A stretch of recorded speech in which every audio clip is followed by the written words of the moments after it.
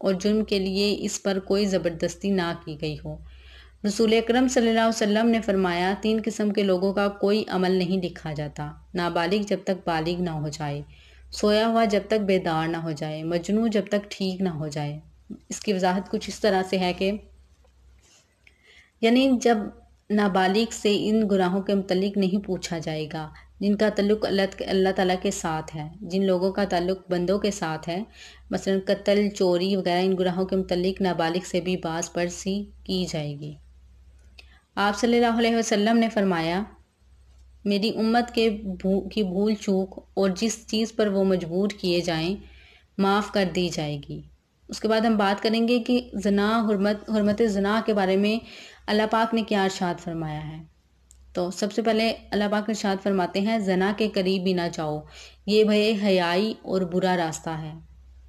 اس کے بعد ایک اور جگہ پر ارشاد فرماتے ہیں زانیہ اور زانی کوڑے مارو ہر ایک کو ان دونوں میں سے 100 کوڑے۔ اس کے بعد ہم بات کریں زنا حرمت میں حدیث مبارکہ۔ نبی کریم صلی اللہ علیہ وسلم نے فرمایا شادی شدہ مرد اور عورت زنا کریں تو دونوں کو سنگسار کرو، یہ اللہ کی طرف سے سزا ہے۔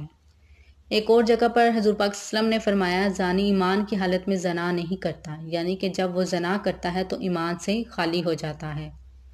پھر ایک اور جگہ پر حضور صلی اللہ علیہ وسلم نے ارشاد فرمایا، رسول صلی اللہ علیہ وسلم سے سب سے بڑے گناہوں کے بارے میں پوچھا گیا تو آپ صلی اللہ علیہ وسلم نے فرمایا ہمسایہ کی بیوی سے زنا کرنا۔ اس کے بعد ہم بات کریں گے زنا کے حرام ہونے کی حکمت۔ اسلامی معاشرے کی پاکیزگی کی حفاظت کرنا، ہر مسلمان کی عزت، نفس اور روح کی طہارت باقی رکھنا اور اچھے نسب کے لوگوں کو ملاوٹ کی غلاظت سے محفوظ کرنا ضروری ہے۔ اس کے بعد ہم بات کریں گے کہ زنا جو ہے وہ انسانوں پر کس طرح سے اثر انداز کرتا ہے اور اس کا کیا ہے، کیونکہ کہا گیا ہے کہ جب انسان زنا کرتا ہے تو اس کا خمیازہ اسی دنیا میں بھگت کر جانا پڑتا ہے، اور وہ اپنے بہن کی صورت میں، اپنی ماں کی صورت میں یا پھر اپنی بیوی کی صورت میں اس کو مل جاتا ہے۔ اور اسی طرح کہا جاتا ہے کہ پاک دامن عورتیں پاک دامن مردوں کے لیے ہیں اور پاک دامن مرد پاک دامن عورتوں کے لیے ہیں۔ تو زنا سے کس طرح سے ہم بچ سکتے ہیں، اس کے لیے یہ بھی ضروری ہے کہ ہم لوگ اپنی آنکھوں کا پردہ کریں، یعنی کہ آنکھیں ہی وہ چیزیں ہیں جس سے ہم دیکھتے ہیں اور پھر جو آگے کا جو طریقہ یا جو بھی پروسیس ہے وہ شروع ہوتا ہے۔ تو 24 گھنٹے کے اوقات میں نماز نہ چھوڑو۔ آپ لڑکے لڑکیاں اکٹھے پڑھتے ہیں آج کل یونیورسٹیز میں، اپنی نظر میں حیا کا سرما لگا کر رکھو۔ نظر کا حیا بہت بڑا زیور ہے اور نظر کی آوارگی بہت بڑی آوارگی ہے۔ دلوں کو تباہ کرنے کے لیے آنکھوں سے زیادہ خطرناک کوئی چیز نہیں ہے، اور دلوں کو روشن کرنے کے لیے اس پردے کو رکھنا بہت ضروری ہے۔ جس کی نظر نیچے ہوتی ہے پوری دنیا کے شیطان مل کر اسے گمراہ نہیں کر سکتے ہیں، اور جس کی نظر اٹھ جاتی ہے پوری دنیا کے جنید بغدادی اس کے دل کو پانی نہیں لگا سکتے اور اس کے دل کو نرم نہیں کر سکتے۔ آنکھوں کے غلط استعمال سے جو زہر اندر جاتا ہے اس کا کوئی تریاق نہیں ہے، اور نظروں کو جھکانے سے جو طاقت اندر جاتی ہے اس کو تباہ کرنے کے لیے کوئی بھی گولی بم نہیں ہے۔ یہ ایک ایسی طاقت ہے جو انسان کو عرش تک پہنچا دیتی ہے، یہ ایک ایسی طاقت ہے جو فرشتوں کو اس کے قدم میں جھکا دیتی ہے۔ یہ ایک ایسا نور ہے جب تمہاری آنکھیں بند ہوں گی تو سورج چاند کا نور تمہارے اس نور کے آگے ماند پڑ جائے گا۔ ایک واقعہ آپ لوگوں سے شیئر کرتی ہوں کہ عمیر بن حبیب جب روم کی قید میں آئے تو وہ 10 آدمی تھے، تو جو 9 آدمی تھے وہ قتل کر دیے گئے، لیکن آپ کو قتل نہ کیا گیا کیونکہ آپ بہت لمبے چوڑے اور خوبصورت تھے، تو روم کے سردار نے انہیں اپنا غلام بنا لیا۔ پھر اس رومی سردار نے کہا اگر تو عیسائی ہو جائے تو میں تمہیں اپنی بیٹی بھی دے دوں گا اور ریاست بھی اپنی دے دوں گا۔ تو انہوں نے فرمایا کہ سارا ملک عرب بھی دے دے اور ملک روم بھی دے دے، میں ایک پل کے لیے بھی اپنا دین نہیں چھوڑ سکتا۔ تو پھر اسے ایک ترکیب سوجھی، اس نے ایک مکمل فرنشڈ گھر میں انہیں بند کر دیا اور شراب رکھ دی اور کھانا رکھ دیا، اور ایک خوبصورت لڑکی کو بتا رکھا کہ اس سے گناہ کرواؤ، اور وہ لڑکی آ گئی اور انہیں گناہ کی دعوت دی، اور وہ آرام سے نظریں جھکائے بیٹھے رہے۔ 3 دن اور 3 راتیں گزر گئیں، نہ کچھ کھایا اور نہ پیا، اور 3 دن بعد وہ لڑکی کہنے لگی تو کیا بلا ہے، نہ تو نے کھایا نہ پیا، نہ تیری نظر اٹھی، کون ہے تو، کیا ہے تو، تمہیں کون رکھتا ہے؟ تو فرمایا کہ اب تو میرے لیے شراب بھی حلال ہے، جس حال میں میری پیاس پہنچ چکی ہے۔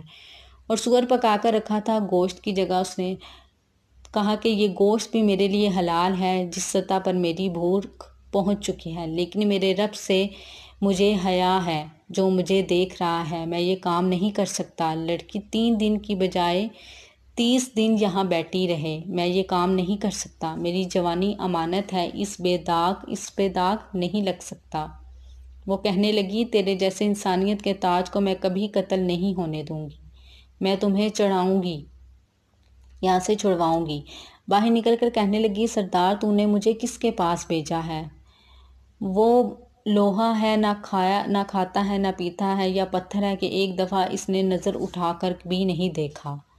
میں نے کہا اس پر ہاتھ ڈال دی اور رات کو آئی ایک قبیلے میں، پھر وہ رات کو لڑکی جو ہے وہ رات کو آئی، ایک تھیلے میں کچھ پانی لیا اور مشکیزے میں تھوڑا سا پانی تھا اور تھیلے میں کچھ تھوڑا سا کھانا تھا، اور اسے چپکے سے نکالا اور کہا، یہ دیکھو تارا۔ وہ تب سے تارا دیکھ رہا تھا۔ کہا، اس کو یہاں رکھنا، کندھے کی طرف اشارہ کر کے کہا، اس کو اپنے کندھے پہ رکھنا اور چلتے رہنا، رات کو چلنا اور دن میں چھپنا۔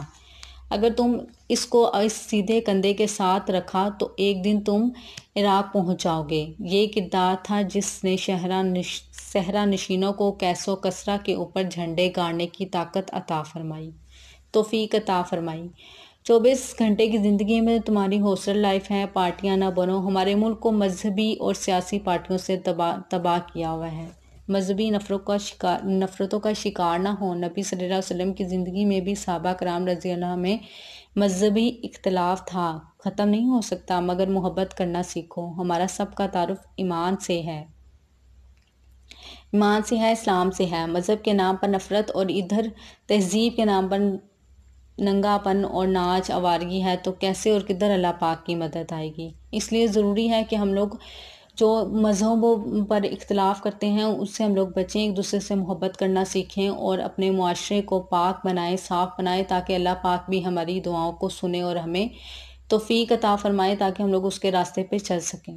تو یہ ہمارا آج کا موضوع تھا، امید کرتی ہوں آپ لوگوں کو ضرور پسند آیا ہوگا۔ تو اسی کے ساتھ آپ لوگوں سے ایک ریکویسٹ ہے، اس چینل کو ضرور سبسکرائب کریں، شیئر کریں اپنے دوستوں کے ساتھ، اور کمنٹس کے ذریعے مجھے ضرور بتائیے گا آپ کو آج کا موضوع کیسا لگا۔ اسی کے ساتھ میں ارم شاہ آپ لوگوں سے اجازت چاہتی ہوں، دعاؤں میں ضرور یاد رکھیے گا۔ اللہ حافظ۔